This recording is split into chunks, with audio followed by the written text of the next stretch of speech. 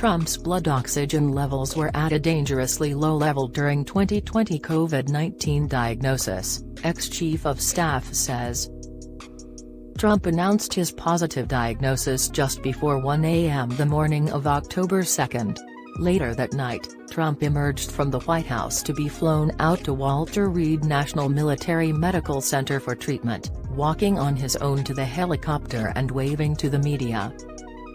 During a press conference that weekend, Conley said that the president had a high fever the morning of October 2 and that his oxygen saturation was transiently dipping below 94%. A normal blood oxygen saturation level is 95% or higher. Recalling the morning of October 2, Meadows wrote in his book that Conley and doctors from Walter Reed and Johns Hopkins decided to put the president on oxygen at the White House residence and hope for the best, but Conley later informed Meadows that they needed to get Trump to Walter Reed and hope for the best.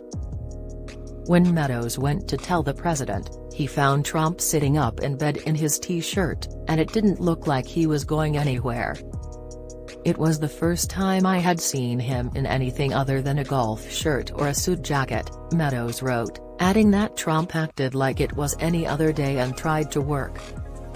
The red streaks in the president's eyes hadn't gone away, and his hair was a mess from the hours he'd spent getting Regeneron in bed, he wrote. Meadows said he had arranged for 4 doses of the monoclonal antibody drug to be sent to the White House in secret and got approval from the FDA for the president to receive the treatment, ahead of the FDA's emergency use authorization of the drug.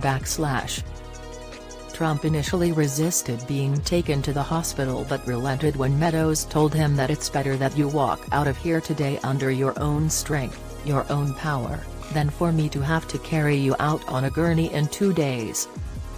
When he went to walk to the helicopter that would transport him to Walter Reed, Trump could not hold a briefcase, the weight of which was too much for him, according to Meadows. He looked at me, almost surprised he had to put it down. "I'm sorry," he said.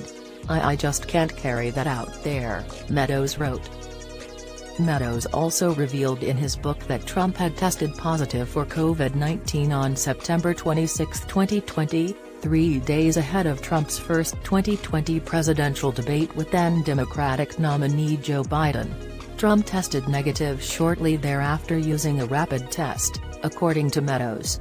He continued to attend events at the White House, hold meetings, and travel between that time, doing rallies and fundraisers. On the night of his first head-to-head against Biden, Trump arrived too late to be tested ahead of the debate, according to Fox News anchor and the debate's moderator Chris Wallace. Meadows wrote that we'll probably never know whether President Trump was positive that evening. Trump denied Meadows' account last week, saying in a statement that the story of me having COVID prior to, or during, the first debate is fake news. In fact, a test revealed that I did not have COVID prior to the debate.